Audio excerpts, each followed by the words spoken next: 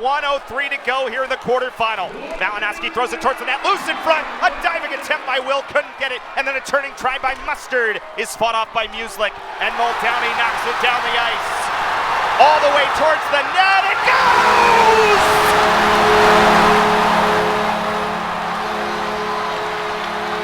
Clear the pike! The ice bus is coming to Boston!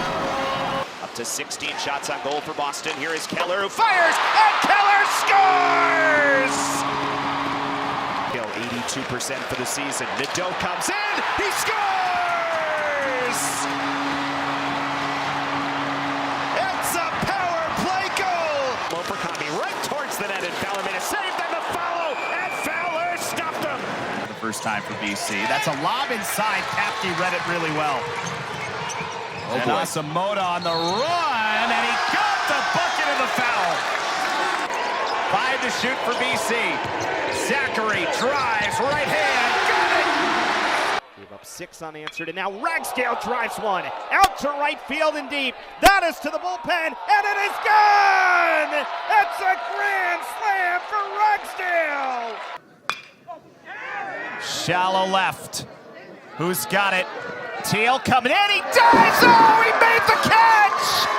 Aiden Teal! John Adams at the free throw line, short on that one. So 1 for 2, as he was in the Electoral College. All fair winds and following seas here in Boston. The Fleet are 4-0. One of the absolute blue bloods in college hockey. These Black Bears are in hibernation no more. They're back on top of Hockey East. Boston College has certainly responded from a tough opening night loss to Quinnipiac, and they once again look the part. But once again in the way, in front of a sold-out crowd, is the Denver Pioneers. It is BC and Denver again here in this October showdown. And we welcome you upstairs. It is fantastic to be here. Bob Duraney, Eric Gallanty with you. That's the story, right? BC's looked really good the last 3 games. They're unbeaten in their last 3, including 2 wins at Minnesota. But again, time to prove it. There's Denver waiting in the way. And new looks with players added through free agency and the draft, which will be fun to watch. It's going to be so much fun to see. How does this all mix together? That's what we're going to find out with you today. Upstairs right now to Eric Gallanty and Gigi Marvin for more on today's matchup. Great to be here, Natalie. Yeah, this definitely feels like one of those games. Undefeated Boston. They get a real chance to prove what they are. We know what the record is, but now they get to do it against the defending champs, the 2-time defending champs from Minnesota. And when the schedule comes out for an athlete, there are games, certain ones that you circle, and this is absolutely one. It'll be a big test against the Minnesota Frost. Let's talk about Kendall Coyne-Schofield, who had a first the other day, her first ever PWHL hat trick in the win over Ottawa. Kendall Coyne-Schofield, leader so far with 4 goals on the season. It's been amazing what she's accomplished, obviously, and doing it again in an Olympic year. You see her overall numbers combined between the playoffs and the regular season with the Frost, and her 5 goals is tied for the league lead. But they got to get through Erin Frankel today, which has not been an easy task for anyone so far. Erin Frankel, she has 2 shutouts and 1 goal against. She has more shutouts than she does goals scored on her instantly.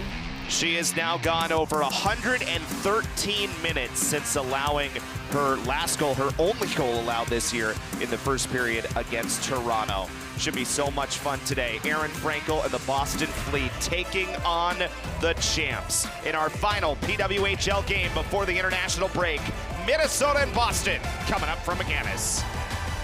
Boston native Gavin Cornforth plays it around the wall with the Eagles' 4th line on the ice right now with Cornforth, Berard, and Will Traeger, who's out there with the Eagles down a couple of bodies today. It's a loose puck. Goes wide to the wall for Radivojevic. He hits Will Traeger off the stick of Cornforth, still pushing towards the net. But good work there by Francesco Del Elche to at least force it to the wall.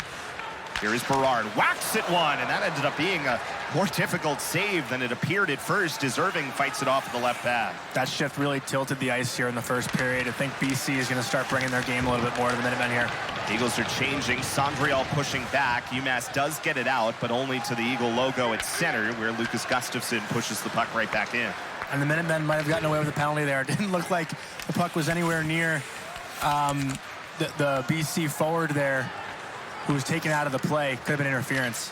Dean Letourneau, a big hit, delivered by Colson Hanrahan. That's 5'10" against 6'7". Here's the centering pass. Letourneau trying to make up for it, and he just missed wide. Almost instant payback. Team Letourneau in the soft angry. area. Now right in front, Sandriel, and a follow-up attempt, and Irving has been sharp in the early going. I'll tell you what, that's a couple grade A chances right there for BC. Jackson Irving, so composed in his blue paint, never looks out of the play. And it's a bad sign for the Eagles if Irving's making those kind of stops early. And again, this has been the line for Boston College early in the season, right? We've talked about Higgins and Stiga, I understand that, but this Letourneau, Sandriel, and Vogt group has been the Eagles' best line from start to finish, consistently generating chances. All three guys taking significant jumps in there. Sophomore for two of them, and junior year for Vogt. Having that familiarity of a year under your belt of college hockey helps too. When you come back for your sophomore year. Here's Michael Higgins, throws the shot. Resendez turns, and it hit the side of the net. Boy, Gustafson got knocked off the play awkwardly. He lost his stick. It found its way to Michael Higgins, who's playing up at forward once again for the third weekend in a row with Boston College down a couple of players. Andre Gasso, who, as we've said, another Bruins pick, who's going to be out for a bit, and then Oscar Jelvik, who's out again tonight. Played Friday at Vermont, but missing his second game in a row. UMass comes out halfway through the first period. Kosman from deep. His shot is blocked by Radovojevic. You can tell right now the Minutemen just have a little bit of jitters. They're not looking to make plays, just crossing the blue line and putting the puck on net. Where BC, they're much more poised and calm with the puck, looking to actually find those seams and create those high-danger chances. Shots on goal up to 6-2 in favor of Boston College here in the first period. Keenan bumped. Conley got it. Tried to center up. Good stick by Jackson Irving to keep it away from James Higgins in front. And now Jack Musa using the wall. Excellent setup. It comes, and it goes in! An awkward bounce. It deflects off the post and in. Jack Gallanty, the beneficiary, and the freshman makes it 1-0 UMass. This whole play actually starts with the goaltender, Jackson Irving, who probably won't even pick up an assist on this play, although he could get the secondary. Irving makes the poke on the attempt to make the pass in front of the net, and then the Minutemen are off to the races. Jack Musa going down the boards, makes a perfect little bank pass to Gallanty, and Gallanty is trying to thread that seam to Keenan back door. It hits Hagen's but it hits skate. off of Hagen's skate. Yeah.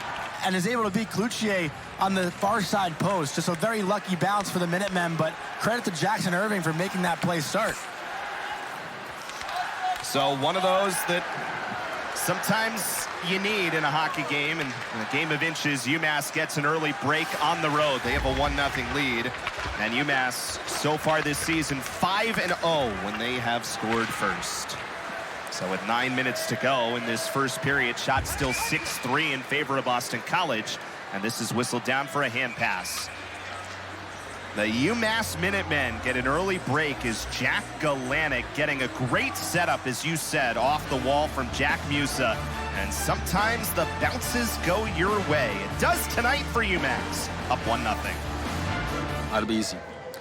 Graduated from Florida State with a degree in computer science before coming to the Citadel. So an impressive young man. Absolutely.